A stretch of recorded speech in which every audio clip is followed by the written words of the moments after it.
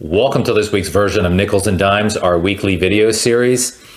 Well, the reality is we're all going to pass away one day, and many of us are going to inherit some assets from loved ones. So today, I'm going to talk about a question we often get, which is, what should I do with my inheritance? And by the way, if you find value in this video, if you get it on social media, Facebook, LinkedIn, or YouTube, go ahead and share it. Or if you get it in an email, go ahead and forward to a friend. So let's jump in and explore, what should I do with my inheritance? And there's some quotes I'd like to share with you that I think would be impactful.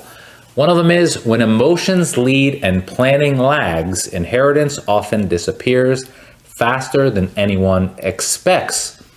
The next one here, if you're not emotionally ready for money, you won't manage it, you'll react to it. And the last one, without emotional preparedness, a financial windfall can feel more like a burden than a blessing. So I want you to think about these things, because the reality is, if and when we inherit money, in an ideal situation, you have good fundamental characteristics to do well with that money. What I mean is, in most cases, be disciplined, have your goals direct you, and have a good foundation, because if you inherit money without a good foundation, there's a good chance you're not going to do well with it. So let's jump in. Wealth transfer estimates, this is an astounding number. $124 trillion is projected to be transferred in the US from now through 2048, with $105 trillion going to heirs and $18 trillion going to charities. And baby boomers and older generations account for most of that, about 81%.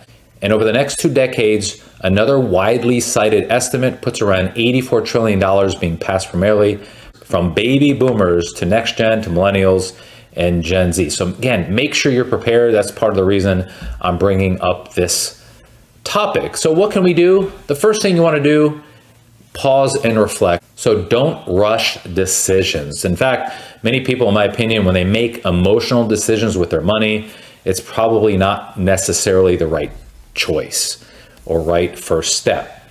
Number 2, park the funds temporarily. Again, pause and reflect, but park the funds temporarily to understand what emotions you might be going through. Take time to process those emotions. The 4th thing on this list here is, this is a unique opportunity. Make sure you treat it with care and understand your situation. What do you own? So go through a list of your assets. What do you owe? Maybe you have some debt you want to pay off. What are your goals? What are your short-term goals, your medium-term goals, and your long-term goals? And one of the questions I always ask folks, at least upon our onset of meeting, is this: if you could change, develop, or improve any area of your financial planning or wealth management, what would it be? If you could change, develop, or improve any area of your financial planning or wealth management, what would it be? So ask yourself that question. So what's important to me right now? Have those goals and your financial situation drive the steps you take in order to accomplish what you want to accomplish. Are there any urgent needs? Meaning, is there some immediate debt? Maybe it's high interest credit card debt you want to pay off. Maybe you need to build an emergency fund. Do you have a financial plan? Again, a financial plan created based on your goals and objectives can help you ultimately accomplish what you want in life. So what are some of the smart ways to use inheritance? As I mentioned, maybe you want to pay off high interest credit card debt or high interest debt. Maybe you want to boost your emergency savings. Maybe you don't have enough savings for the what is in life. Many times people make a recommendation, save 6 or 12 months of emergency expenses. Number 3 here, invest for the future. Look at your situation. Are you behind the 8 ball? Maybe if you are, maybe you start putting some of that inheritance money away for the long term. Maybe you want to support family causes. Maybe there's some family interest that you guys have been putting off for a while, whatever that is. Maybe you want to go on a vacation. The last line item here is, enjoy a portion. Maybe you want to splurge a little bit, accomplish some things. Maybe you want to buy a car or a new car, or do something. Maybe it's even give it a charity. Do something wise with it based on a systematic plan. And avoid common mistakes. Some of the mistakes, as I mentioned earlier, is spending emotionally or impulsively. Second thing, taking unsolicited advice. Sometimes people will become experts in stuff that maybe they really aren't an expert in. So just make sure you're getting advice from a neutral, unbiased source who is knowledgeable. Number 3 here, ignoring taxes on inherited accounts. Some people ignore taxes. For example, when you inherit an IRA, depending on the type of IRA, it could be partially or fully taxable. In fact, the Secure Act 2.0 a few years ago changed some of the rules in terms of required minimum distributions. So make sure you understand what tax impact your account has, depending on what type of account it is. And again, making decisions without a plan, in my opinion, is not really the right, most ideal choice.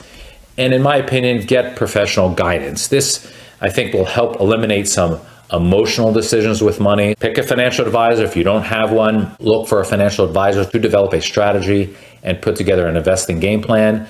If you have a CPA, hopefully you're happy with that CPA.